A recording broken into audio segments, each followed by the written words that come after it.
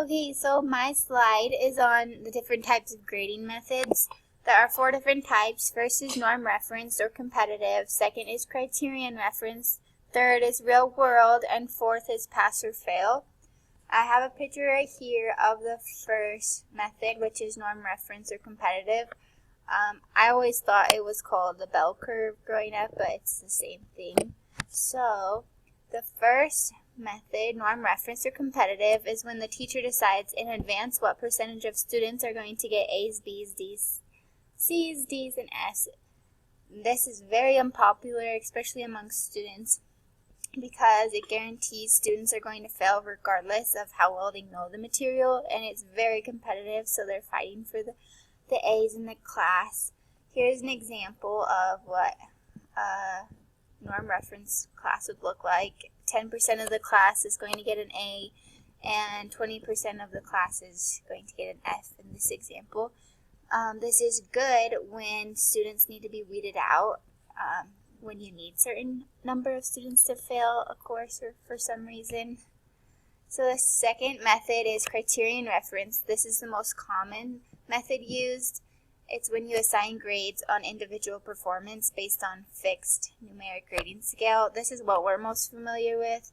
For example, an A is 90% to 100%, that kind of a thing. And a failing is 59% or below.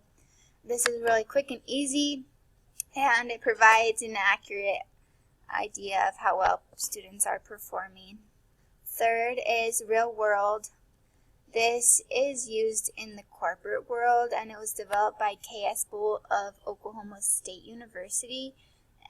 It's kind of to get students ready and prepared for real-world circumstances. So basically, it's when students are given one of 3 scores, and the 3 scores could be outstanding, excellent, better than expected, or satisfactory, acceptable, good, or unsatisfactory or unacceptable.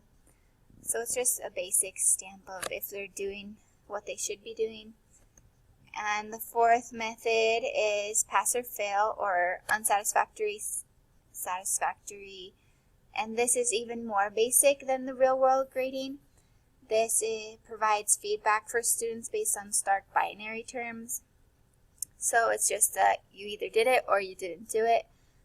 This is hard because it doesn't provide details about achievement, and you can't really distinguish if a student is barely passing or if they're excelling. It's just they either did the work or they didn't.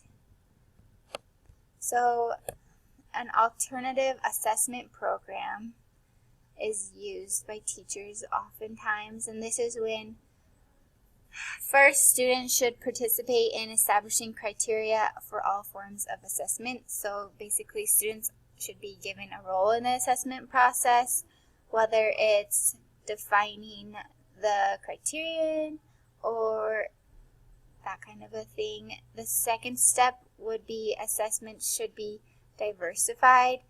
This means like report cards should consist of more than just the basic A+ kind of a thing. More of like narrative, descriptive, or anecdotal element of reporting. And it's important to report strengths and weaknesses of the students so that assessments are more diversified. Third, school administrators should allow teachers greater control over their grading strategies.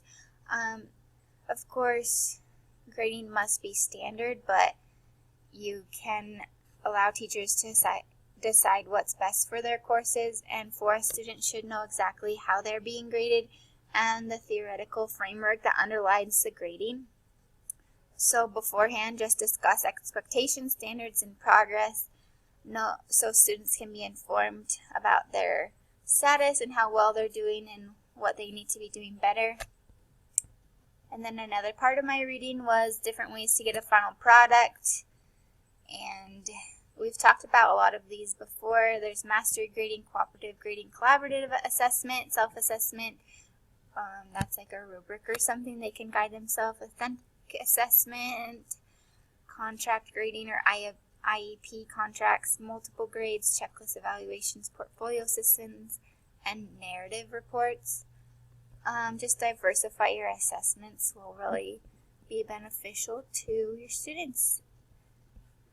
Okay, thank you.